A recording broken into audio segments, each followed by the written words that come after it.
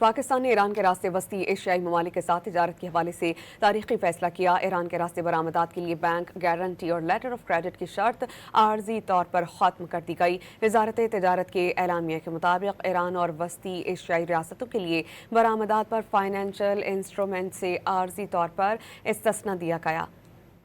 زمینی راستے کے ذریعے ایران، آذربائیجان اور وسطی ایشیائی ممالک کے لیے برآمدات کی اجازت دی گئی ہے۔ ایران کو چاول، سمندری خورا، آلو، گوشت، پیاز، مکئی، پھل، فارماسیوٹیکل مصنوعات اور ٹینس کی برآمدات میں رعایت دی گئی ہے، تاہم اسٹیٹ بینک آف پاکستان کے ضوابط سے جزوی استثناء اور برآمدات کے حوالے سے برآمدی آمدن مقررہ مدت میں واپس لانے کی شرط برقرار رہے گی۔ پاکستان نے ایران کے راستے وسطی ایشیائی ممالک کے ساتھ تجارت کے حوالے سے تاریخی فیصلہ کیا۔ ایران کے راستے برآمدات کے لیے بینک گارنٹی اور لیٹر آف کریڈٹ کی شرط عارضی طور پر ختم کر دی گئی۔ وزارت تجارت کے اعلامیہ کے مطابق ایران اور وسطی ایشیائی ریاستوں کے لیے برآمدات پر فائنینشل انسٹرومنٹ سے عارضی طور پر استثناء دیا گیا۔ زمینی راستے کے ذریعے ایران، آذربائیجان اور وسطی ایشیائی ممالک کے لیے برآمدات کی اجازت دی گئی ہے۔